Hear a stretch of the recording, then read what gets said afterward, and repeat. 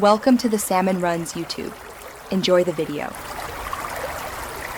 You start by preparing the watch and tools: a pin pusher, small hammer, block, and spring bar tool.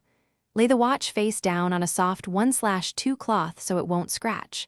Once set, orient the bracelet so the arrows on the underside point away from you. Those arrows show pin direction. Make sure to remove spring bars first if the end links detach from the case. Now position the bracelet on the block beneath the arrow and line up the pusher with the pin head before tapping gently. You proceed by driving the pin out in the arrow direction using light, controlled taps. Don't rush. Once the pusher nudges the pin, finish with a pin rod or tweezers to pull it clear.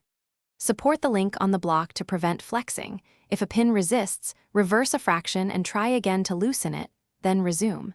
Make sure you label pins and parts sequentially so reassembly aligns.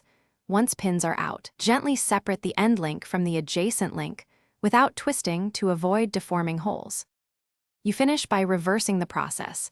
Align the end link with the case, insert the pin partway, then tap it flush with light strikes until fully seated.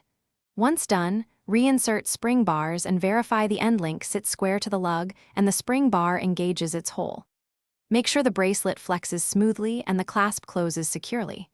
Troubleshooting tip: if pins won't seat, check for debris or bent pin. Swap to a replacement pin of correct diameter and reseat to avoid future loosening. Thanks for watching.